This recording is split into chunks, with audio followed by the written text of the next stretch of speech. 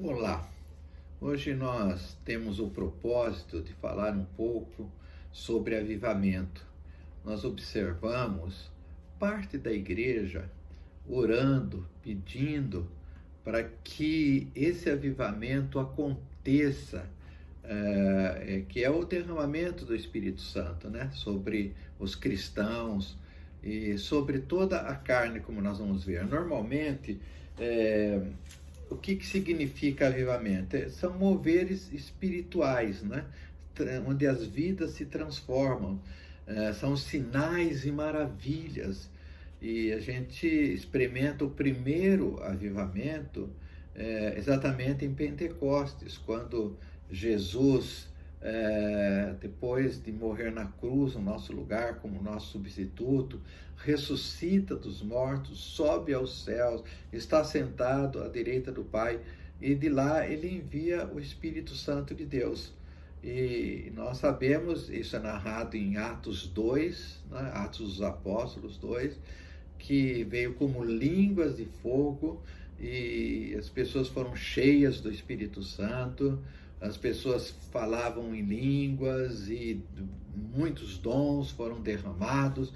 E aí acontece então aquilo que nós chamaríamos de um primeiro Pentecostes, um primeiro avivamento, embora nós vamos falar de um segundo avivamento que foi no início do século XX.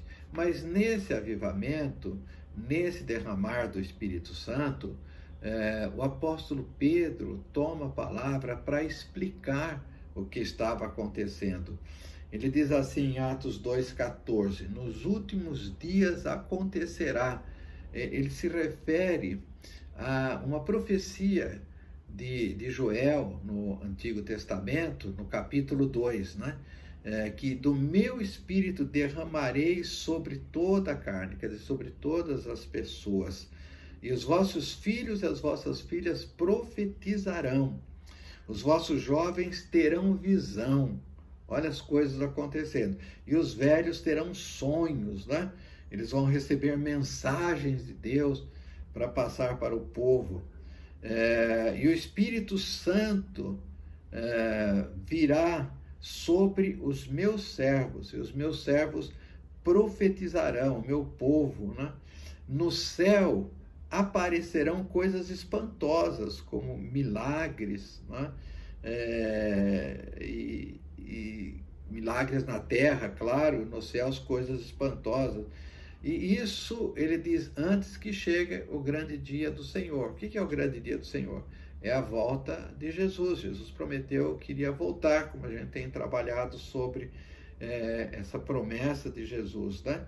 E que esse derramamento vai acontecer sem distinção de idade, de sexo, de posição social. Vai ser um derramamento sobre toda a carne.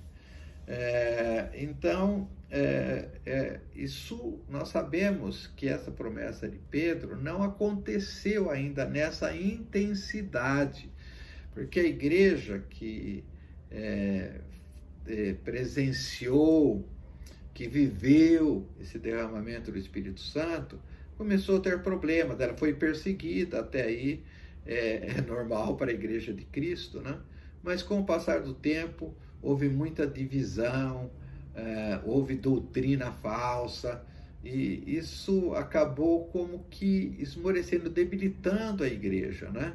Depois nós tivemos, no século XVI, a Reforma, mas assim mesmo, uma grande experiência do Espírito Santo vai acontecer no início do século XX, não é na Reforma ainda, embora nós sabemos que Deus operou grandiosamente nesse momento, e tudo isso é muito importante, né? Então, o que acontece? Na virada do século XIX para o século XX, duas pessoas tiveram uma influência muito grande para que o século XX fosse chamado de século do Espírito Santo. Uma dessas pessoas, ela chama Helena Guerra, é uma católica, morava em Lucca, numa cidade da Itália, né? E ela ficava indignada, porque ela entendia que na Trindade, Pai, Filho e Espírito Santo, o Espírito Santo era tratado como um cidadão de segunda categoria, né? E ela começa a escrever para o Papa, na época o Papa era Leão XIII, muitas cartas pedindo que ele mudasse essa postura, né? E o Papa acabou sendo convencido e na virada, veja, interessante, no dia 31, né, para o dia 1º do século XIX para o século XX, ele declarou então que o século XX seria o século do Espírito Santo. E isso vai acontecer na Igreja Católica durante o século XX. Nós temos o Concílio do Vaticano II, aí na década de 60. Em 1967 vai haver um derramamento sobre os católicos, né? E se chamam de renovação carismática. Hoje é um movimento muito forte em todo o mundo, em que eles praticam o dom do Espírito Santo e muita oração, muita leitura da palavra, e operam maravilhas também, a gente sabe disso, né? Mas também uma outra pessoa, que aqui agora no meio evangélico, chamado Charles Parham.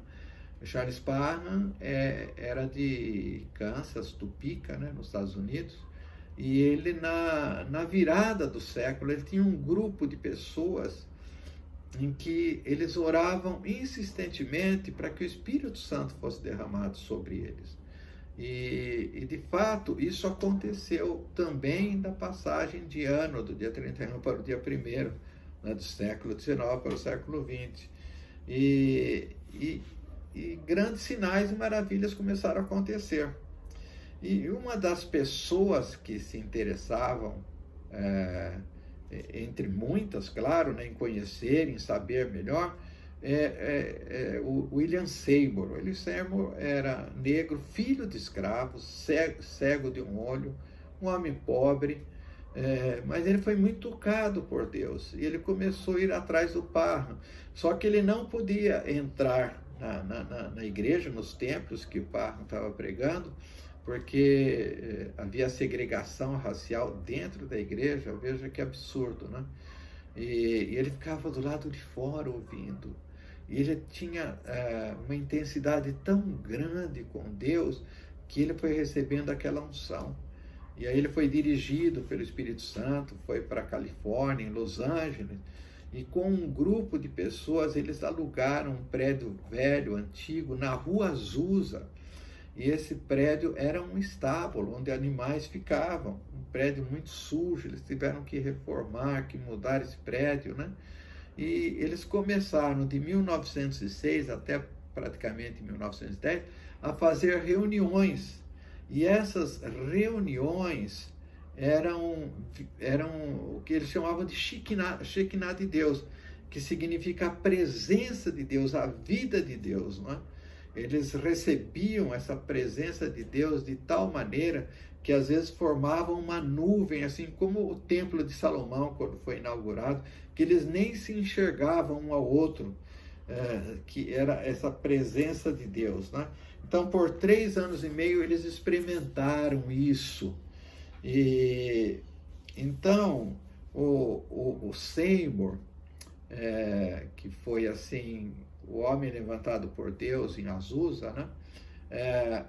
Por 2 vezes ele profetizou que esse avivamento teria um prazo curto, de fato, como eu disse, 3 anos e meio, mas que Deus voltaria a dar um derramamento do Espírito Santo, um avivamento, um pouco antes da volta de Jesus, que seria um pouco depois de 100 anos em que aconteceu Azusa. Vamos admitir que terminou em 1910, né? Então seria de 2010 para frente.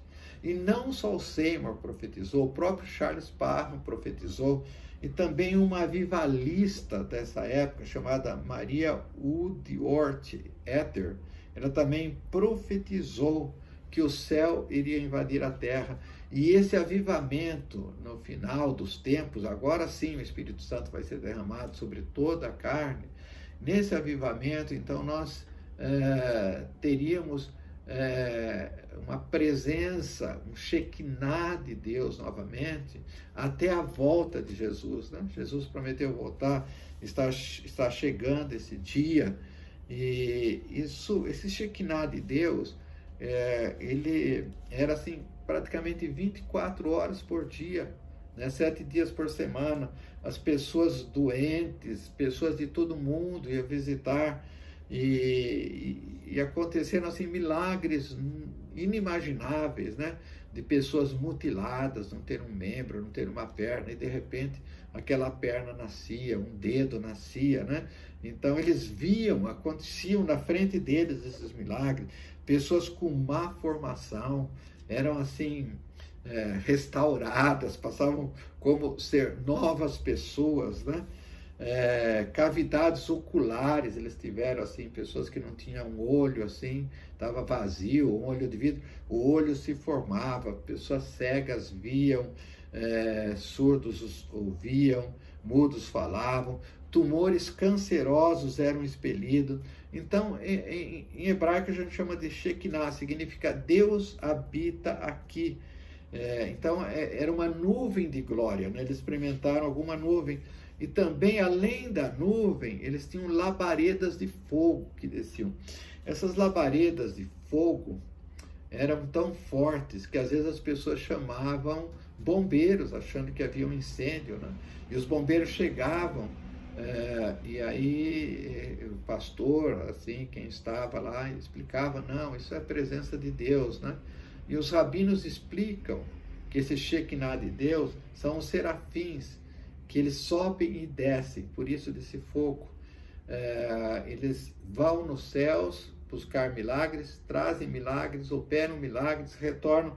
Então isso significa o Shekinah de Deus. São labaredas de fogo, né? Como acontecia no deserto, quando o povo de Israel era guiado, né, de dia pela nuvem e de noite por essas labaredas de fogo, né, essa coluna de fogo em que eles seguiam, em que orientavam, né? Isso está em João 1:51, que realmente os anjos iriam subir e descer, está escrito no Evangelho de João, né? Então é um momento que o céu invade a terra e vai haver assim coisas interessantes e maravilhosas, né?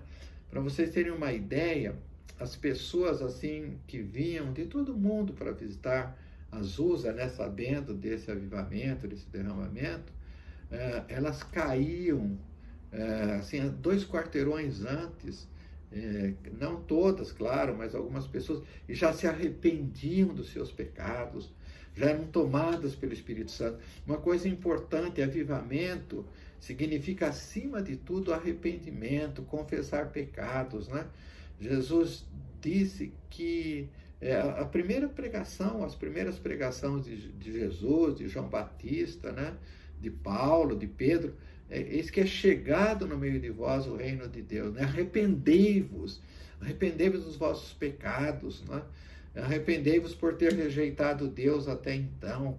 Então, esse arrependimento é fundamental para o avivamento, é fundamental para a salvação, né? Sem isso, nós não vamos ter avivamento, nós não vamos alcançar esse mover do Espírito Santo, né?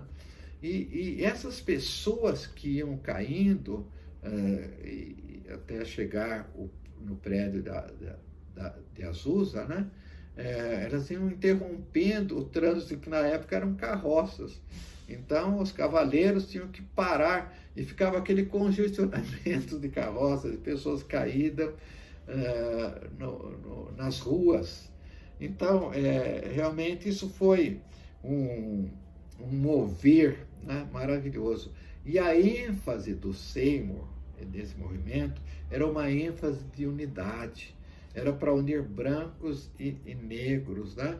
Era para não ter mais placas de igrejas, né? Era para ficar, tanto é verdade que chamava de Rua Azusa, né? De Azusa, não tinha um nome propriamente dito, né?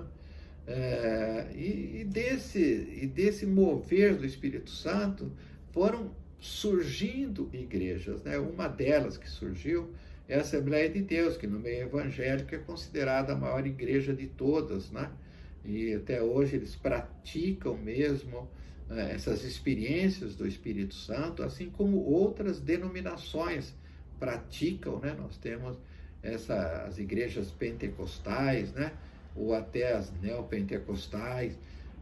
Então são momentos assim muito especiais. Mas o que acontece? Houve divisões,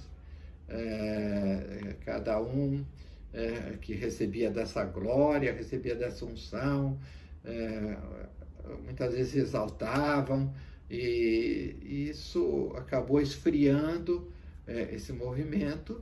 Mas nós tivemos aí na década de 50, 60, principalmente nos Estados Unidos, uma grande presença do Espírito Santo. Não foi como esse Shekinah em Azusa, mas várias denominações foram renovadas, como nós falamos dos católicos, né, presbiterianos, metodistas, e todas essas igrejas tradicionais receberam a visitação do Espírito Santo.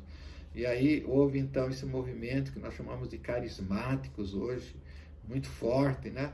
Para vocês terem uma ideia, no Brasil, só o movimento carismático católico tem mais de 30 mil grupos de oração, né? Que se reúnem toda semana para orar. E esse é o nosso objetivo, realmente orar para que venha logo esse avivamento, né? Nós precisamos disso. Nós vamos ter tribulações, nós vamos ter perseguição, mas ao mesmo tempo nós vamos ter uma grande visitação do Espírito Santo. E essa visitação do Espírito Santo vai permanecer até a volta de Jesus, né? Então, nesse momento, o Evangelho vai ser pregado sobre toda a terra, né? Com perseguição, não vai ter jeito, entendeu? Nesse momento, os judeus que ainda não reconheceram Jesus como Messias, como foi prometido lá no Velho Testamento, vão confessar, já tem judeus confessando hoje: bendito que vem em nome do Senhor, Jesus é o Senhor, ele veio em nome do Senhor, nós reconhecemos ele como Messias. E evidentemente nós vamos ter assim muitas vidas se entregando para Jesus, muitas vidas recebendo milagres, sendo curadas, não? Então esse é o avivamento que nós esperamos agora para esse 2021, né? Veja, nós estamos exatamente no 3º século, né? Para Deus, 1000 anos é como um dia como 1000 anos. Então nós estamos no 3º dia. O 3º dia foi a ressurreição de Jesus, né? E nós estamos na 3ª década, iniciando a 3ª década, né? Então nós estamos assim, crendo que já 2021 esse mover vai acontecer, e alguns locais já estão acontecendo. A China tem experimentado, alguns locais ainda menores, né, têm experimentado já algum sinal desse tipo, mas nós esperamos que isso vai ser derramado sobre toda a carne. Então, o que nós devemos fazer? Estar orando e crendo, né? Dias difíceis que nós vivemos, né? Dias de medo, mas nós estamos à véspera. Nós devemos estar assim entusiasmados, esperando esse momento, orando, intercedendo para que esse momento aconteça, e vai acontecer. Nós temos certeza disso. Que Deus abençoe, guarde a sua vida e creia nisso. Não olhe para as circunstâncias ruins ao nosso redor, mas olhe para essa promessa de Deus que está muito próximo para acontecer. E essa situação de pandemia, todas essas coisas, é para Deus realmente ser exaltado, porque Ele é soberano, Ele sabe todas as coisas, só Ele pode terminar com isso. E essa é a nossa fé, e Ele vai terminar com o início do avivamento. No nome de Jesus, assim nós cremos. Fiquem na paz do Senhor Jesus Cristo. Amém.